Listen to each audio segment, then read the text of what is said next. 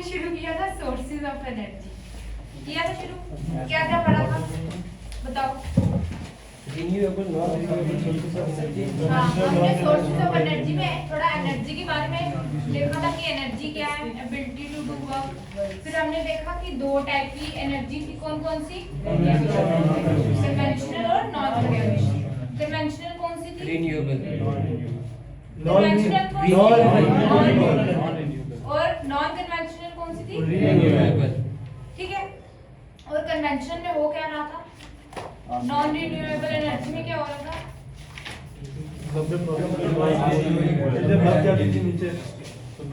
हाँ मतलब उसको बनने में काफी टाइम लगता है, काफी मिलियंस ऑफ इयर्स लग जाते हैं उसको, और वो क्विकली रिप्लेस नहीं हो पाती।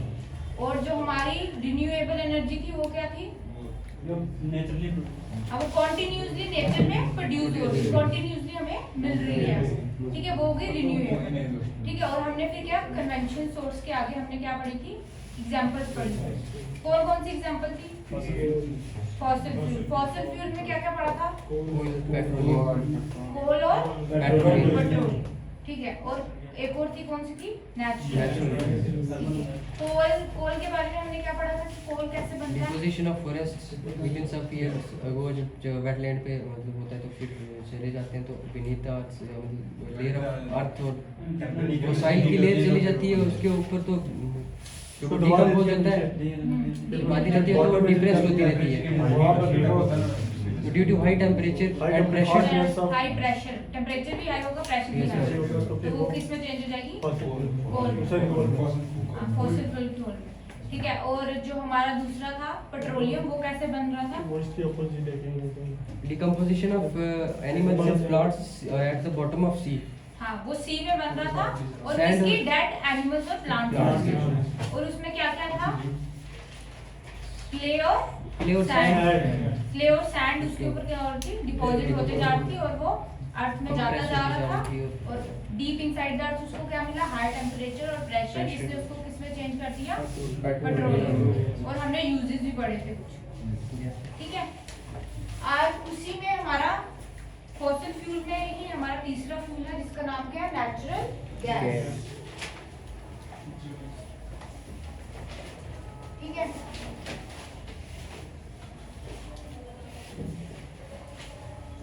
अब नेचुरल गैस क्या है हमारी, ये भी एक क्लियर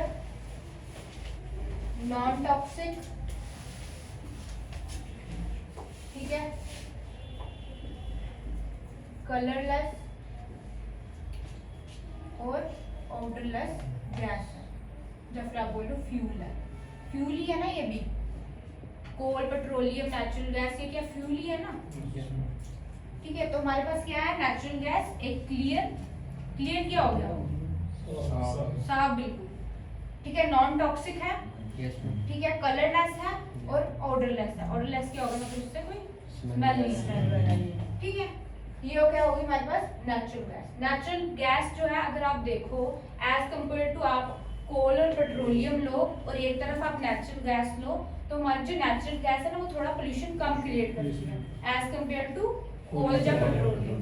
कोल जो है कुछ ज्यादा ही हमारा पोल्यूशन कॉज करता है और नेचुरल गैस हमारा लेस क्या करता है, पोल्यूशन कॉज करता है, और थोड़ी एक्सपेंसिव भी कम होती है, ठीक है। तो ये क्या होगी, लेस पोल्यूशन कॉज करेगी और लेस एक्सपेंसिव भी होगी, ठीक है। अब हमारे पास आप देखो कि अगर आपने नेचुरल गैस को स्टोर करना है, ठीक है, आपने नेचुरल गैस को स्टोर करके रखना है, तो आप कैसे स्टोर करोगे, उसको कंप्रेस करोगे, हाई प्रेशर से उसको कंप्रेस करोगे, तो वो हमारी क्या बन जाएगी, CNG।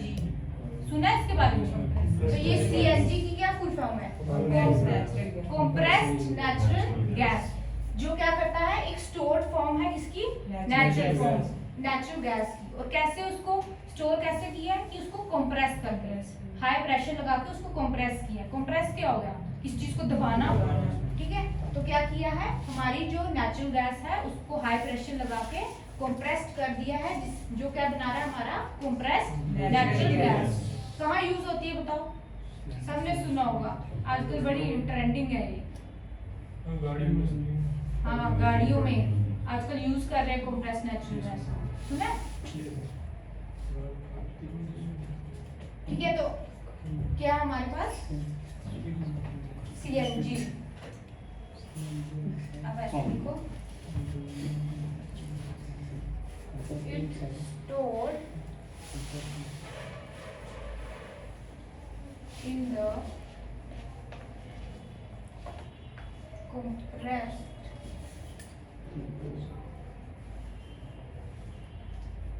natural gas,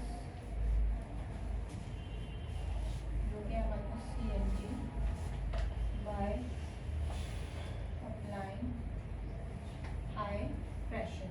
जब हाई प्रेशर लगाएंगे, ठीक है, तो ये क्या हो जाएगी, स्टोर्ड हो जाएगी हमारी किसमें, CNG में, जिसको हम कंप्रेस्ड नेचुरल गैस भी बोलते हैं।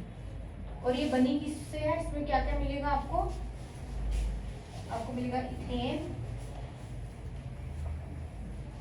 Methane and propane. ठीक है, इससे बनी है मीथेन, इथेन और प्रोपेन। और जो हमारा इथेन है वो थोड़ा लेस, मतलब लेस अमाउंट में होगा, मतलब कम होगा, और जो मीथेन एंड प्रोपेन है वो थोड़ा ज्यादा होगा। ठीक है, क्या किसकी बात कर रहे हैं हम, CNG। किससे बनी है, इथेन, मीथेन और प्रोपेन। ठीक है, अब नेचुरल गैस कौन कौन सी कंट्रीज में मिलेंगी आपको, ऐसे तो काफी कंट्रीज में मिलेंगी, बट कोई एक तो बता दो, आइडिया है तो।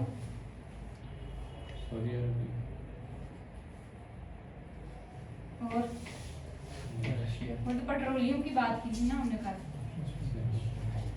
रशिया, रशिया में मिलेगी, और रशिया में ही सबसे ज्यादा क्या है आपको नेचुरल गैस मिलेगी, सबसे ज्यादा अमाउंट में कहाँ मिलेगी आपको, रशिया में। रशिया में मिलेगी, फिर US में मिलेगी और ईरान में मिलेगी।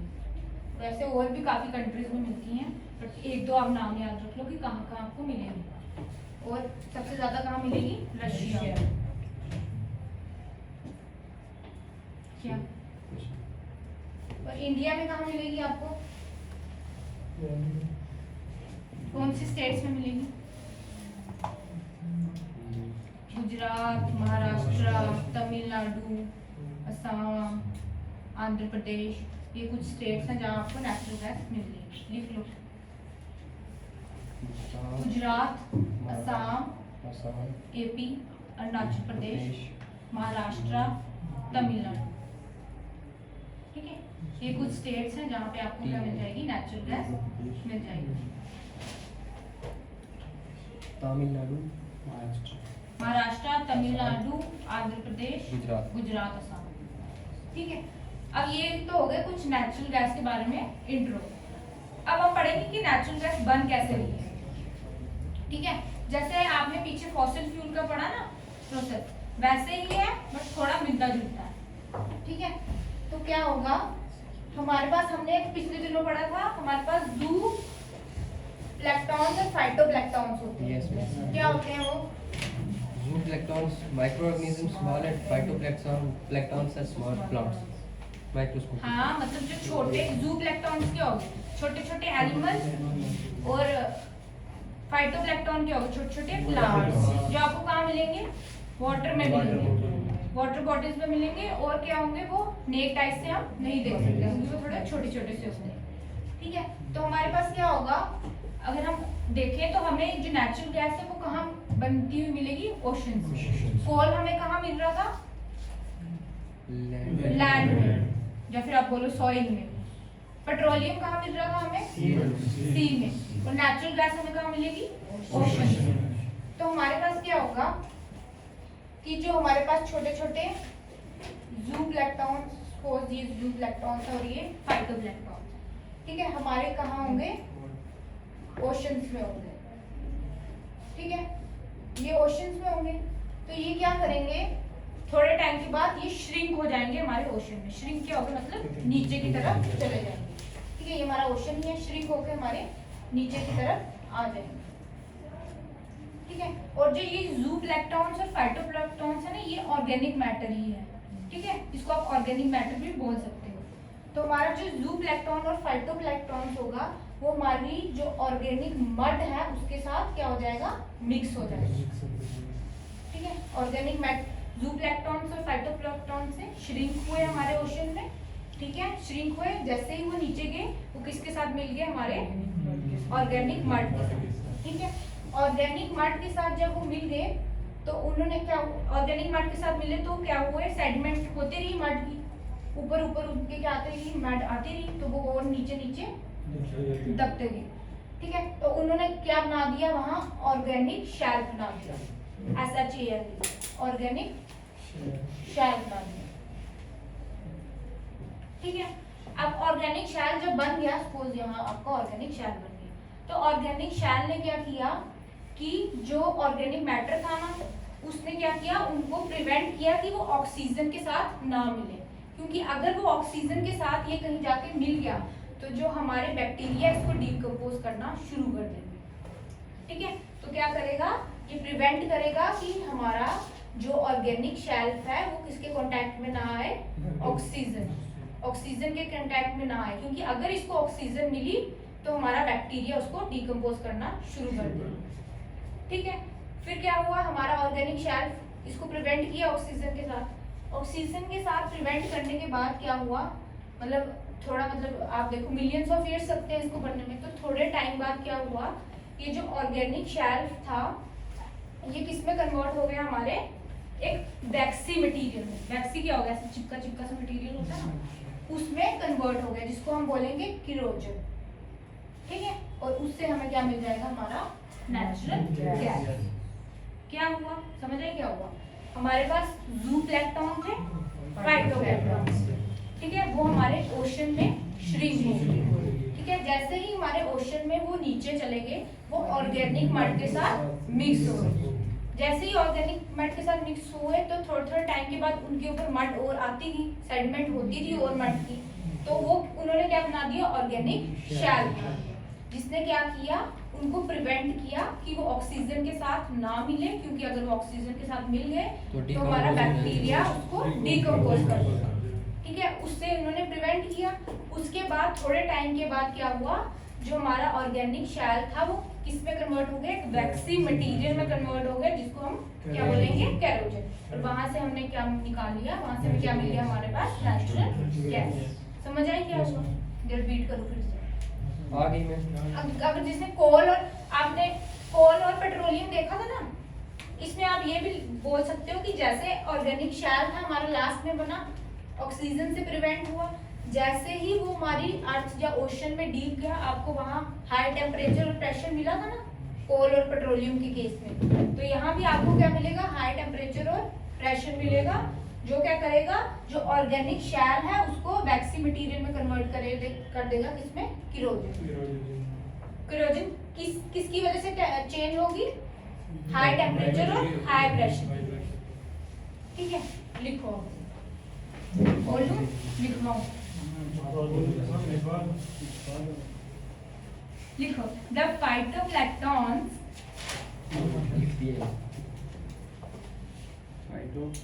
the phytoplanktons, phyto phytoplanktons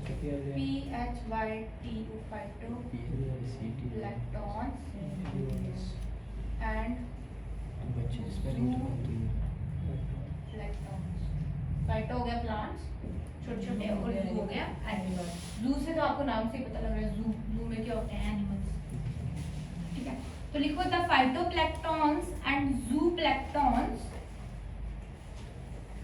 sink, SHINK, sink to the bottom of ocean, sink to the bottom of ocean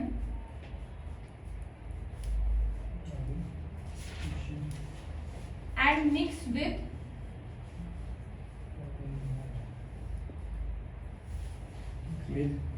organic material to form organic mud, organic rich mud, अच्छी वाली मड, organic material to form organic rich mud. क्या हुआ कि हमारे जो ज़ूप्लैंक्टन्स थे और फाइटोप्लैंक्टन्स थे वो क्या हो गए, हमारे ओशन में क्या हो गए, बॉटम में आ गए, सिंक हो गए, और उनको उनसे उनमें क्या हुआ, वो उन्होंने क्या बना दिया, ऑर्गेनिक मड बना दी, ऑर्गेनिक रिच मड बना दी। फिर लिखो the mud buried under more sediments, The mud buried under more sediments to form organic shell, SHAL, to form organic shell। क्या हुआ, जो हमारी मड थी वो क्या हुई, और दस्ती गई हमारे ओशंस में, हमारे अर्थ में, और उसके ऊपर और ज्यादा मड की सेडिमेंट्स लेयर आती गई, ठीक है, और उसने क्या बना दिया, हमारा organic shell. This prevents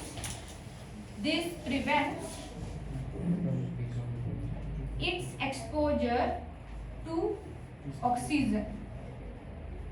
this prevent its exposure to ocean, sorry, to oxygen,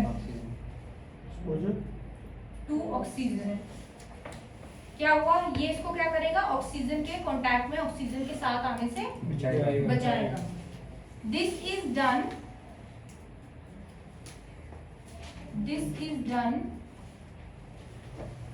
to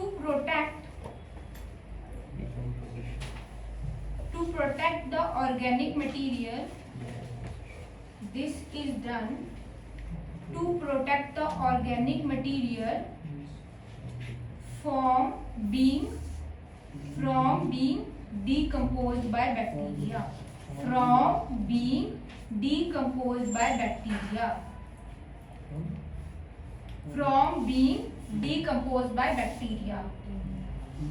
prevent क्यों करेगा ऑक्सीजन के साथ आने में, क्यों, मिलने में, क्यों, ताकि जो हमारा बैक्टीरिया उसको डिकम्पोज ना करे। लिख लिया इतना, रिपीट करूं क्या, कोई किसी का छूटा, लिखो फिर। The increasing temperature and pressure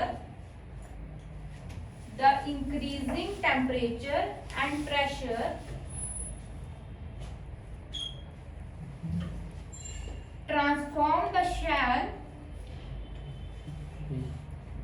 into waxy material, transform the shell into waxy material known as carriage। तो वहां से हमें क्या मिल जाएगी, हमारी नेचुरल गैस।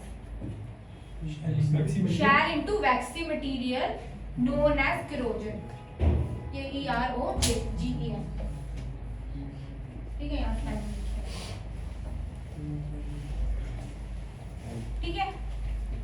क्या होगा, जो हाई प्रेशर और टेम्परेचर क्या करेगा, हमारे शेल को केरोजन में चेंज कर देगा, और वहां से हमें अपनी नेचुरल गैस मिल जाएगी।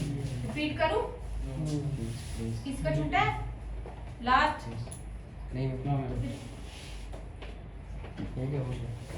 ठीक है। आप मुझे बताओ इसके नेचुरल गैस के यूजेस क्या होंगे। एक तो मैंने पहले बता दिया था आपको, पहला हो गया पावर जनरेट करने के लिए, जनरेटिंग पावर, ठीक है। दूसरा मैंने आपको पहले भी बताया था, ट्रांसपोर्ट में यूज होगा, जैसे ऑटोमोबाइल्स बोल लो, फ्यूल्स इन ऑटोमोबाइल्स,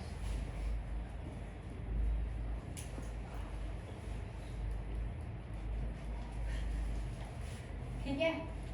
और कुकिंग वगैरह में भी आप यूज कर सकते हो, घरों में कुकिंग के लिए यूज होगा।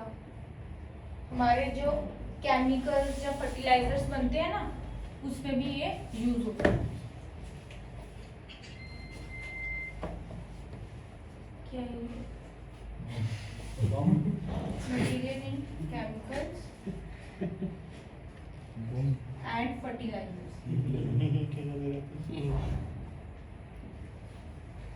ठीक है। हमारे केमिकल्स और फर्टिलाइजर्स में भी इसका यूज होगा।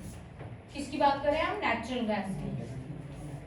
ये कुछ यूजेस, पावर जनरेट करने में, ऑटोमोबाइल्स में, कुकिंग में, फर्टिलाइजर्स में, केमिकल्स में।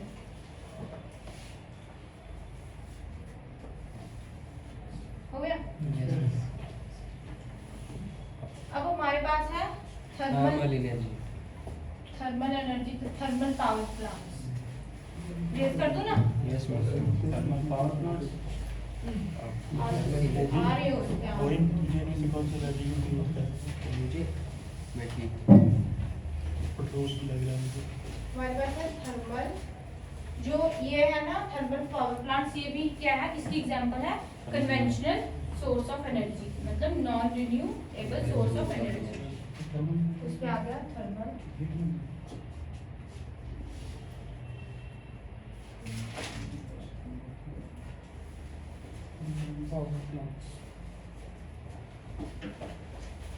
अब इसमें क्या है, थर्मल पावर प्लांट्स में क्या होता है, आप इलेक्ट्रिसिटी जनरेट करते हो। इलेक्ट्रिसिटी कैसे जनरेट करते हो? फ्यूल्स को बर्न करके, फ्यूल्स को जला के, ठीक है। अब फ्यूल क्या है हमारे पास? फ्यूल कोई भी कुछ भी हो सकता है, कोल, पेट्रोलियम, नेचुरल गैस, कोई भी हो सकता है, ठीक है। वो क्या एक कन्वेंशनल सोर्स ऑफ एनर्जी है, नॉन रिन्यूएबल। अगर हम उसका यूज थर्मल पावर प्लांट्स में कर रहे हैं, तो क्या थर्मल पावर प्लांट्स भी non renewable source of energy हुई ना, क्योंकि हम फ्यूल्स का यूज करके इलेक्ट्रिसिटी बना रहे हैं।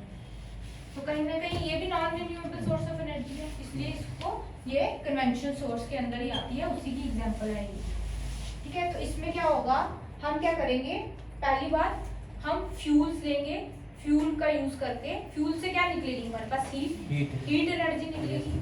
हीट एनर्जी को हम किस में चेंज करेंगे? इलेक्ट्रिकल एनर्जी में चेंज करेंगे, ताकि हमें क्या मिले? इलेक्ट्रिसिटी मिले। अब इसमें होता क्या है, ये थर्मल पावर प्लांट्स होता क्या है कि हमारे पास सपोज जैसे कि आप क्या अपने फॉसिल फ्यूल बर्न कर रहे हो, फॉसिल फ्यूल कोई भी ले लो, ठीक है। आपने फॉसिल फ्यूल बर्न किया,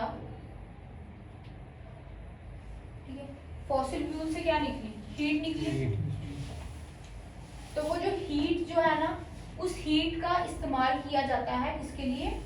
पानी को गर्म करने के लिए, ठीक है। ये वाटर है यहाँ पे, ठीक है। इस पानी को गर्म करने के लिए उस हीट का इस्तेमाल किया जाएगा, ठीक है। यहाँ से आपने फॉसिल फ्यूल बर्न किए, फॉसिल फ्यूल से आपकी निकली हीट, उस हीट ने क्या किया? हमारे पानी को गर्म किया या फिर बॉईल किया। आपने आप देखो, अगर जब आपका पानी बॉईल होता है तो उससे क्या निकलती है? धुआं निकलता है, देखा ना किससे? स्टीम निकलती है। तो इसको बॉईल किया तो इससे भी स्टीम निकलेगी, तो इससे भी क्या निकली? हमारी स्टीम निकली। जैसे ही स्टीम निकलेगी, स्टीम के आगे जो है एक टरबाइन बनाया होगा, ठीक है। टरबाइन कुछ ऐसा स्ट्रक्चर होता है, ठीक है।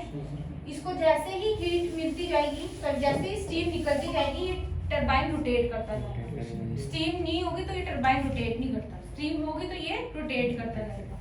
और जैसे ही ये रोटेट करेगा, आगे हमारे पास क्या होगा? एक इलेक्ट्रिक जनरेटर होगा, जो आगे जाके क्या बनाएगा? हमारी इलेक्ट्रिसिटी बनाएगा, आगे जाके वो इलेक्ट्रिसिटी बना देगा, ठीक है। हुआ क्या? हमने फॉसिल फ्यूल बर्न किए, ये पावर प्लांट बता रही हूँ कैसे प्रोसेस करता है और उसमें क्या क्या होता है। हमारे फॉसिल फ्यूल थे, और अगर आप देखो ना, ये थर्मल पावर प्लांट्स जो है ना, आपको ऑयल या कोल्ड फील्ड के पास मिलेगा। क्यों उस जगह क्यों मिलेगा? क्योंकि इजीली अवेलेबल होगा कोल या ऑयल, तो आप इजीली उसको बर्न कर सकते हो। अगर कहीं दूर होगा तो थोड़ी डिफिकल्टी होगी ना उसको लाने जाने में। तो जो ऑयल या कोल्ड फील्ड होगी, उसके पास ही आपको थर्मल पावर प्लांट्स मिल जाएंगे। हमारे फॉसिल फ्यूल बर्न हुए, ठीक है। फॉसिल फ्यूल से निकली हीट, हीट ने क्या किया? हमारे वाटर को बॉईल किया, बॉयल से निकली स्टीम, स्टीम ने टरबाइन को क्या किया? रोटेट किया। वहां से आगे क्या था? इलेक्ट्रिक जनरेटर था, इलेक्ट्रिक जनरेटर ने आगे जाके हमारी इलेक्ट्रिसिटी प्रोड्यूस की, और वो आगे जाके इलेक्ट्रिसिटी हमें मिली। ये तो वाटर से भी होता है ना, वो हम आगे बढ़ेंगे, वो renewable source of energy, thermal power plant पढ़ रहे हैं। हम थर्मल पढ़ रहे हैं, वो हाइड्रो है, वो पानी वाला हाइड्रो है, वो रिन्यूएबल है, ठीक है। इससे फॉसिल फ्यूल का यूज कर रहे हैं ना हम बनाने में, तो इसलिए ये नॉन रिन्यूएबल बना रहा है। अच्छा, अब ये हो गया। अब कुछ स्ट्रीम जो स्टीम है, अब यहाँ से कुछ स्टीम तो होगी, अब कुछ स्टीम जो है वो दोबारा क्या की जाती है, यहाँ से स्टीम को रिसाइकल किया जाता है, ठीक है। मतलब यहाँ से स्टीम कुछ चलेगी हमारे इलेक्ट्रिक जनरेटर में इलेक्ट्रिसिटी बनाने में, कुछ स्टीम जो है उसको दोबारा लेके जो क्या किया जाता है, उसको रिसाइकल किया जाता है, उससे जो है कुछ और प्रोसेस किया जाता है। मेन आपको यही याद रखना है, जो ऊपर वाला मैंने समझाया।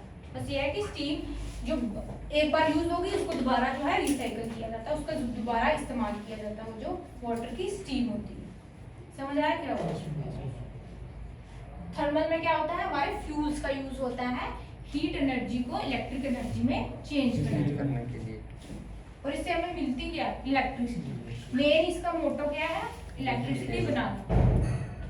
और इलेक्ट्रिसिटी तो आपको पता ही है ये बिजली चलाने क्यों जरूरी है, यस ठीक है। अच्छा तो लिखो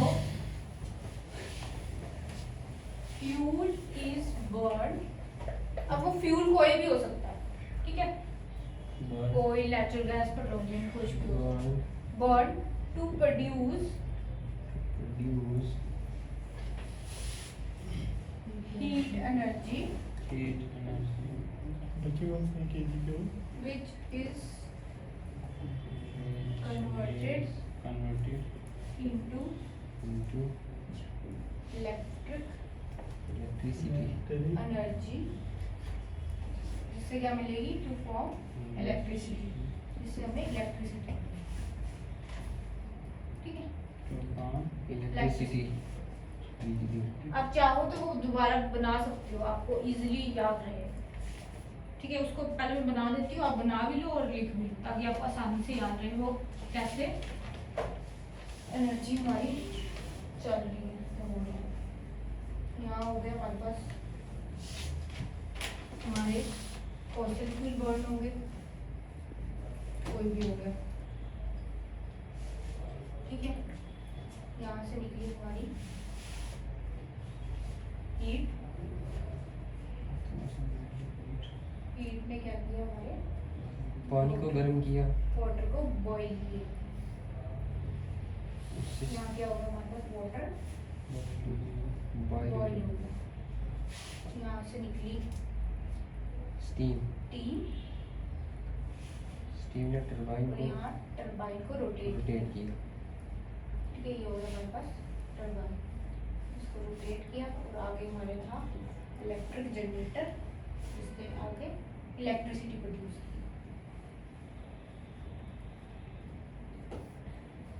ठीक है। आगे जाके इलेक्ट्रिसिटी और यहाँ से जो स्टीम जो है वो क्या हुई, रिसाइकल, जो अगर कंडेंसर में जाके उन्होंने उसका इस्तेमाल किया।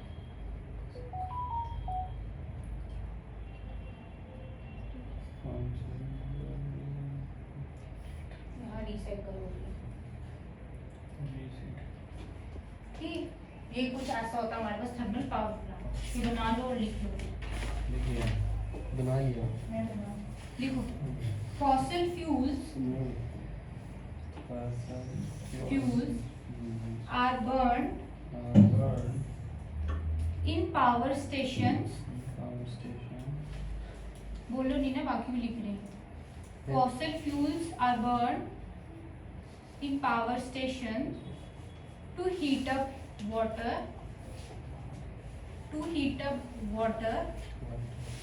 to produce steam, In power station?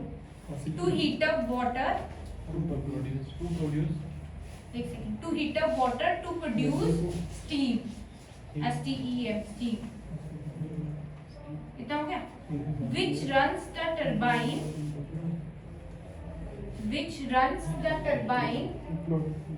Turbine to generate electricity, to generate electricity. एक second. Fossil fuel are burned in power station to heat up water to produce steam, which runs the turbine to generate electricity, और आपको आगे bracket में लिख दो, आपको मिलेगा यहाँ, ये कहाँ, नियर कोल और ऑयल फील्ड्स।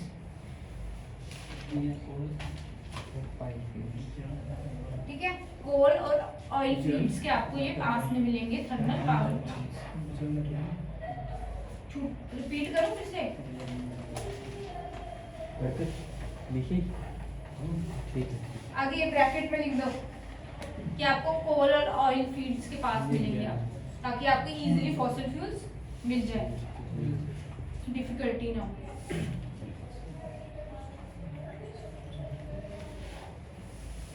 हो गया? Yes ma'am.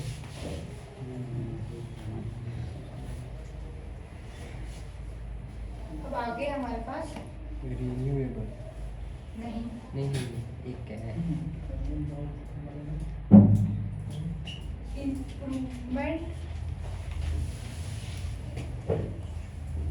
In technology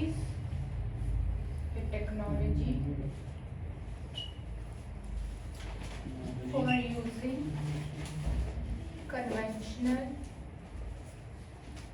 source of energy.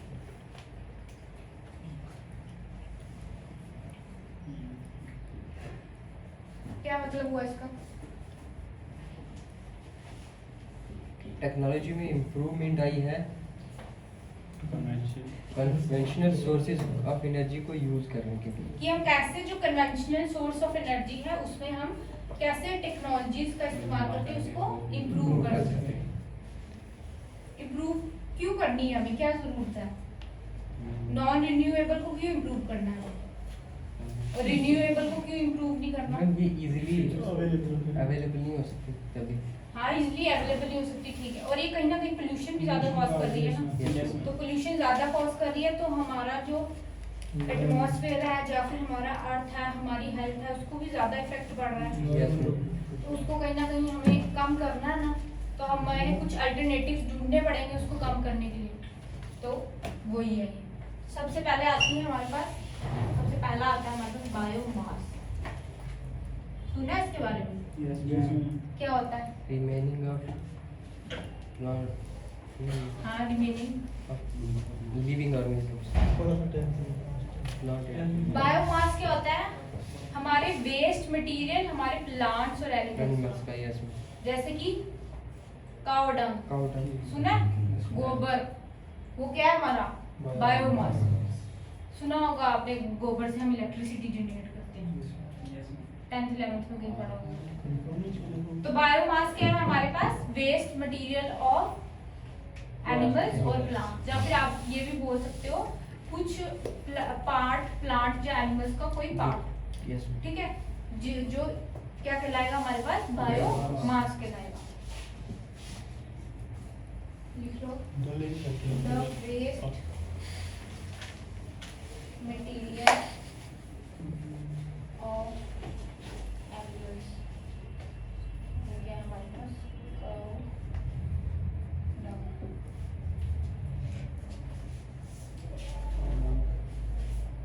और वही एंड डेट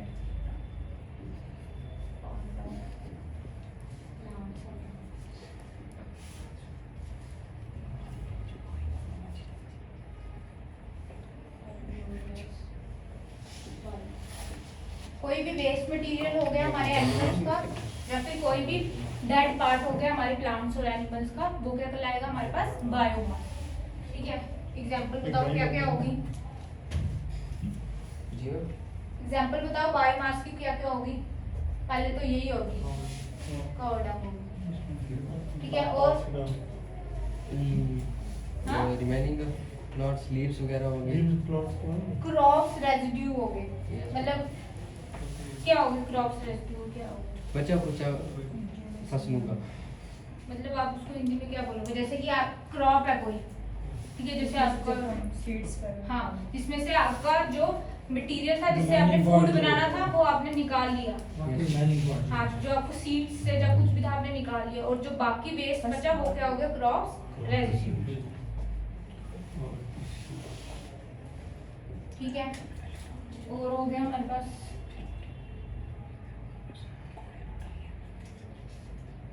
वुड हो गया, और हमारे पास हो गया बायोगैस। आपने गन्ने का जूस पिया? Yes ma'am. जब आप गन्ने का जूस पीते हो, गन्ना डालते हो मशीन में, जूस बाहर आ जाता है। फिर वो जो गन्ना बचा होता है ना, सूखा गन्ना, देखा ना सूखा गन्ना, उसको फेंक देते हैं, दुकानदार उसको फेंक देते हैं। वो क्या होगा हमारे पास? बायोगैस। ठीक है, वो भी कहीं ना कहीं हमारा क्या है? बायोमास है। तो आप ये लिख सकते हो इसके आगे गैस क्या है? Residue of sugar cane. Sugar cane.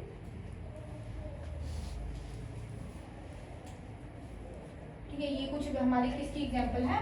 Biomass. ठीक है, बायोमास यूज किस लिए होगा? इलेक्ट्रिसिटी जनरेट करने के लिए, डोमेस्टिक यूज के लिए। डोमेस्टिक क्या होगा? घर में खाना शाना बनाने के लिए।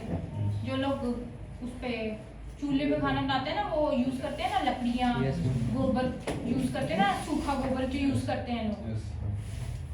हाँ, यूज करते हैं। जिनके कहीं गाँव वगैरह में किसी ने देखा केक का होगा। नाम सुना है? काउडंग केक का नाम सुना है? ये ठीक है। उसी की बात कर रहे हैं। डोमेस्टिक यूज के लिए हो गया, और किसके लिए हो गया? फर्टिलाइजर्स के लिए यूज करते हैं। जैसे कि आप अपने उसमें डालते हो, क्रॉप्स वगैरह में डालते हो ना, गोबर डालते हो ताकि उसके अच्छे, प्लांट्स में भी डालते हैं हम, घरों में भी जो पेड़ उगाते हैं ना, छोटे छोटे प्लांट्स उगाते हैं हम, उसमें भी डालते हैं ताकि उसको अच्छे से क्या हो, वो ग्रो हो, फर्टिलिटी मिले, अच्छे से ग्रो। ठीक है। तो जो एनर्जी हमें बायोमास से मिलेगी वो क्या कहलाएगी? बायोगैस। तो लिखो, एग्जाम्पल लिख ली ना, लिखो biomass is used to generate biogas. Electricity. Electricity generate करने में हेल्प करेगी। ठीक है, डोमेस्टिक यूज के लिए होगी, डोमेस्टिक यूज भी होगा इसका कहीं ना कहीं घरों में। ठीक है, Yes, ma'am. फर्टिलाइजर। ठीक है, फर्टिलाइजर्स। ठीक है, और एक और काम करेगी, ये बताओ क्या? ग्रीन हाउस इफेक्ट को, जब ग्रीन हाउस गैसेस को कहीं ना कहीं कम करेगी। कैसे कम करेगी?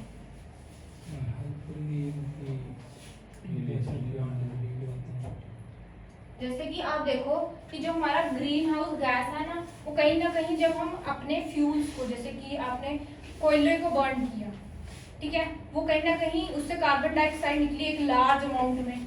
ठीक है, वो हमारे एटमॉस्फेयर में गई, उसने ग्रीन हाउस गैसेस को कहीं ना कहीं बढ़ाया। लेकिन अगर हम बायोमास को कहीं ना कहीं बर्न करेंगे तो उससे क्या होगा? बताओ, हमारी ग्रीन हाउस गैसेस को इफेक्ट पड़ेगा? इंक्रीज होंगी या डिक्रीज होंगी? या कुछ भी नहीं होगा। जो हमारा कोल है ना, वो कार्बन डाइऑक्साइड ज्यादा क्या करेगा? एमिट करेगा, तो वो ज्यादा क्या हमारी ग्रीन हाउस गैसेस बढ़ेंगी।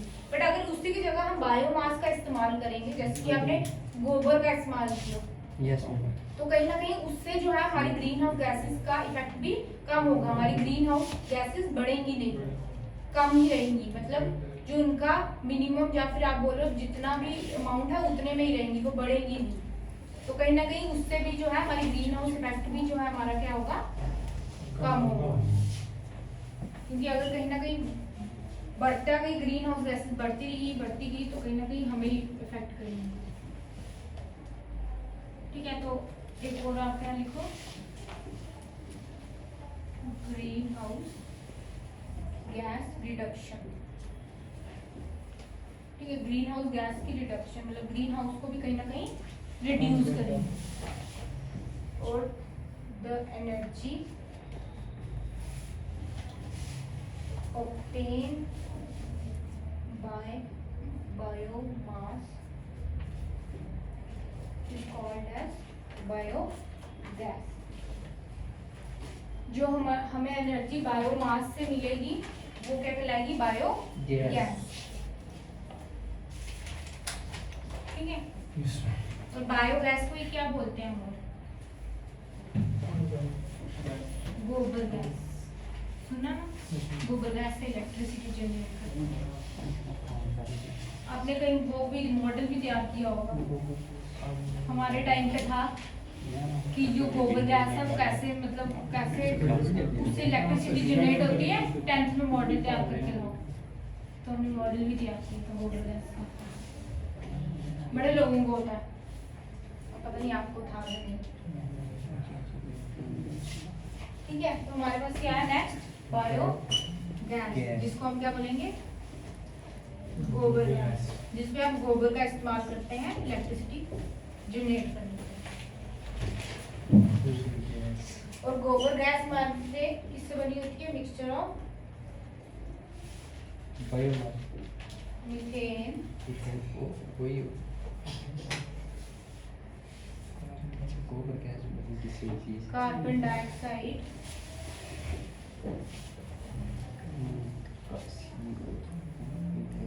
हाइड्रोजन सल्फाइड,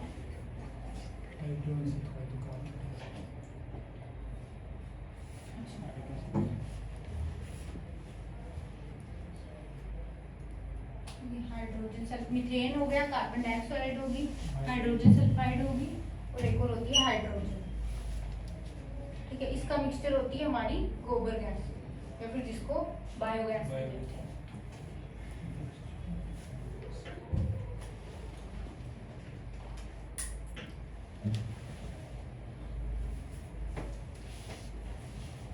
अब जो हमारी गोबर गैस है, जो या फिर बायोगैस है ना, उसको क्या किया जाता है, डिग्रेड किया जाता है। और डिग्रेड कैसे किया जाता है, एब्सेंस ऑफ एयर में। ठीक है, एब्सेंस ऑफ एयर क्या होगा, ऑक्सीजन ना हो या फिर हवा की प्रेजेंस ना हो, तो वहां पे जो है हमारी बायोगैस क्या होती है, डिग्रेड होती है। और उस प्रोसेस को क्या बोलते हैं, एनारोबिक डिग्रेडेशन। एनारोबिक एरोबिक पढ़ा है, एनारोबिक होगी जहाँ क्या होती है, ऑक्सीजन नहीं होती है, और एरोबिक होगी जहाँ पे ऑक्सीजन होती है। तो जो हमारी बायोगैस है वो कैसे डिग्रेड की जाती है, एनारोबिक डिग्रेडेशन, हाँ एनारोबिक डिग्रेडेशन से, जहाँ पे absence of air, air oxygen लिखवा। ठीक है, तो लिखो, इट इज प्रोड्यूस, डिकम्पोज, आप लिखो ना, बताओ। It is produce by decomposition of animal waste like animal dung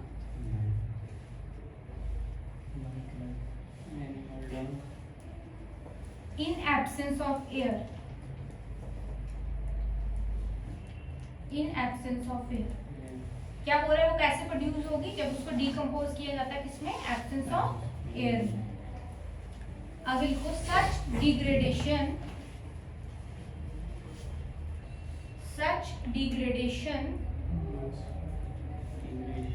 of organic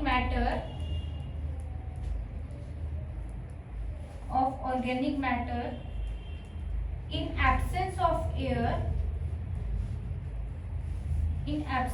air is called anaerobic degradation। anaerobic degradation, तो उस प्रोसेस को क्या बोलेंगे आप, anaerobic degradation। anaerobic anaerobic degradation। ठीक है, कैसे डिग्रेड होती है ये, हवा की गैर मौजूदगी में, हाँ एब्सेंस ऑफ एयर है। ठीक है, हो गया, बायोगैस में इतना ही है आपके। अब नेक्स्ट है हमारे पास एक और लास्ट है, जिसको हम बोलेंगे विंड एनर्जी। ठीक है, फिर लास्ट टेक्नोलॉजी ये मैम इसमें आते हैं, हाँ विंड एनर्जी। अब विंड एनर्जी में क्या होता है, जिसमें हम विंड का यूज करते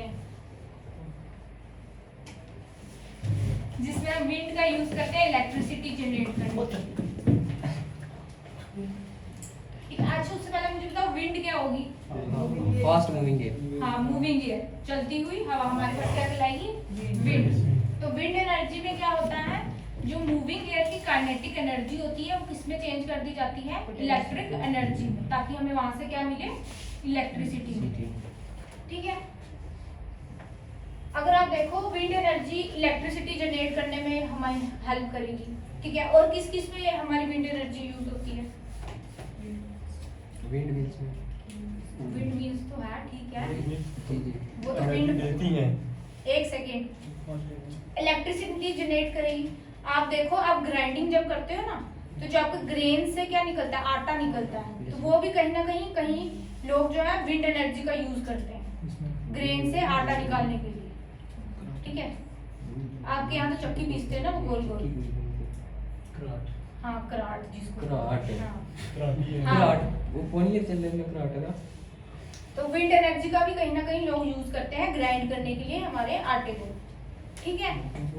और क्या होगी, हमारी जो बोट्स वगैरह है उसको सेल करने में भी हाँ, हमारी selling boats use wind energy का यूज होता है। और आपने क्या करना है, अगर ग्राउंड से जो वाटर क्या करना है ना, ऊपर को लाना है, पंप आउट करना है, तो उसमें भी विंड एनर्जी का यूज होता है, ठीक है। ये क्या है, कुछ यूजेस हैं विंड एनर्जी के, तो लिखो पहले, ये लिख लो कि मूविंग एयर क्या कहलाएगी हमारे पास, विंड। गाड़ी को धक्का गंदे हाथ वो लगाते हैं। कैसे विंड एनर्जी, हम अगर एक सेकेंड, अगर हवा से जो है, मतलब आप बोल रहे कि वो हवा गाड़ी धक्का दे रही है, जो वो विंड एनर्जी है, ठीक है। अगर विंड एनर्जी उसमें हमारी क्या जरूरत है, फिर तो विंड ही उसको उड़ा के धक्का लगा के वो जा सकती है ना, फिर तो ह्यूमन एनर्जी की यूज ही नहीं ना, फिर हमारी कोई, तो हवा में बल से होती है। फिर तो वो आपका जो लॉजिक है वो गलत है, उसमें कोई विंड एनर्जी नहीं है, उसमें हम प्रेशर लगा रहे होते हैं, ऊपर से इसमें ठीक है। मूविंग एयर होगी हमारे पास विंड। आगे लिखो, kinetic energy of wind used to generate electricity, ठीक है। इलेक्ट्रिसिटी जनरेट करने में ये हेल्प करती है, ठीक है। फिर ग्राइंडिंग करने में,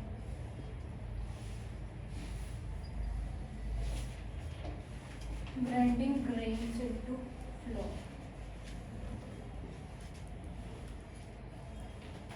ठीक है, इसको आटा भी कहते हैं। और ये यूज होती है वाटर लिफ्टिंग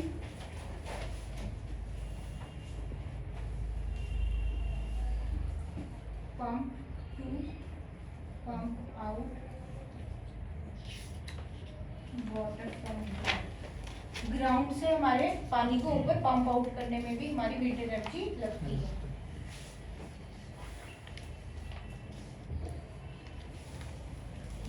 ठीक है। अब हमें विंड एनर्जी मिलती कहाँ से है?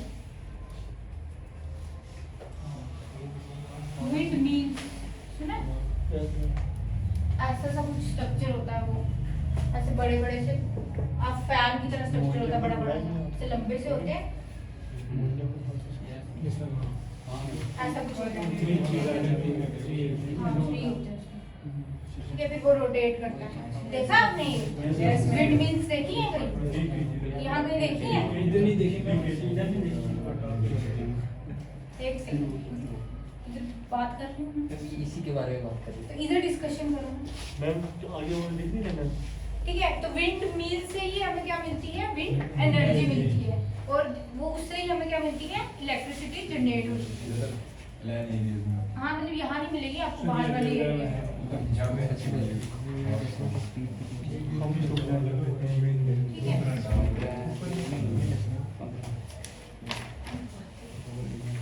क्या है हमारे पास विंड मैम आपने बोला लास्ट मिल्स, तो इसी का पार्ट है ना। देखो, विंड मिल्स किस लिए यूज होती है, हमारी विंड को क्या करने के लिए, जो विंड एनर्जी को इलेक्ट्रिसिटी में कन्वर्ट करने के लिए। और विंड मिल्स चलती कैसे है, हवा आ रही हो, जब क्या हो, विंड आ रही हो, विंड भी कोई एक मिनिमम उसका क्या हो, स्पीड हो। ये नहीं है कि अगर बिल्कुल स्लोली सी हवा, आहिस्ता से हवा चल रही है तो वो रोटेट करेगा 15 किलोमीटर, जब ये ऐसे विंड नहीं की है। स्पीड 15 किलोमीटर पर आवर होगी तब चलती है। हाँ बिल्कुल, वो हम लिखेंगे आगे, Yes, ठीक है। आप पहले लिखो विंड मिल क्या है। विंड मिल क्या है, machine which works work with energy of blowing air और विंड, ब्लोइंग एयर और विंड, ठीक है। और इसका स्ट्रक्चर कैसा होता है, एक लार्ज फैन की तरह, फैन ही है ना, बस एक थोड़ा सा लंबा है, तो इसका लिखो similar structure like large fan, similar structure like large fan.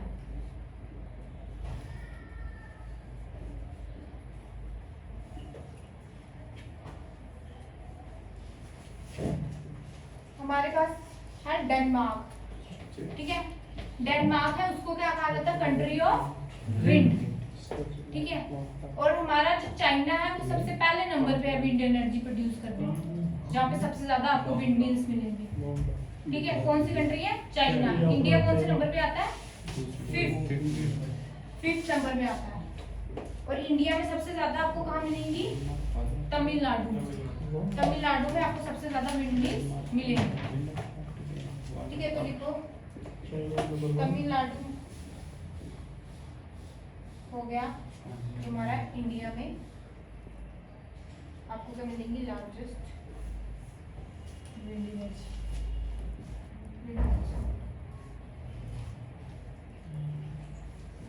Largest में largest producing of wind energy.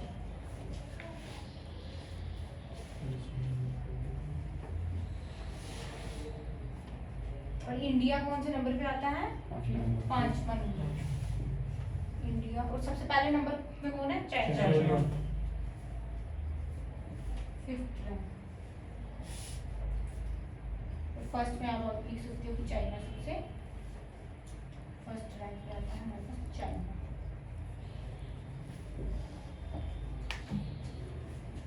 ठीक है। और विंड मिल्स में क्या होता है, हमारे पास टरबाइन होता है, जो हमने टरबाइन पीछे पढ़ा ना, टरबाइन होता है जो क्या करता है, हमारे पास एनर्जी इलेक्ट्रिसिटी जनरेट करने में हेल्प करता है, ठीक है। तो लिखो windmill used, windmill used wind turbine to generate electricity,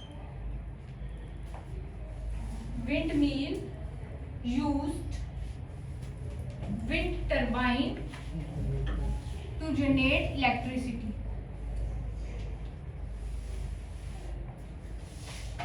और कितनी इलेक्ट्रिसिटी ये जनरेट कर सकता है, कितनी जब करता है, 45,000 मेगावाट। और कितनी स्पीड चाहिए होती है इसको, 15 किलोमीटर पर आवर स्पीड चाहिए होती है विंड मिल को इलेक्ट्रिसिटी जनरेट करने में। और इलेक्ट्रिक पावर कितनी हमारे जनरेट करता है, 45,000 मेगावाट, ठीक है। ये क्या है, कुछ टेक्नोलॉजीज जो क्या करती हैं, हमारे कन्वेंशनल सोर्स को इम्प्रूव करने में हेल्प करती हैं,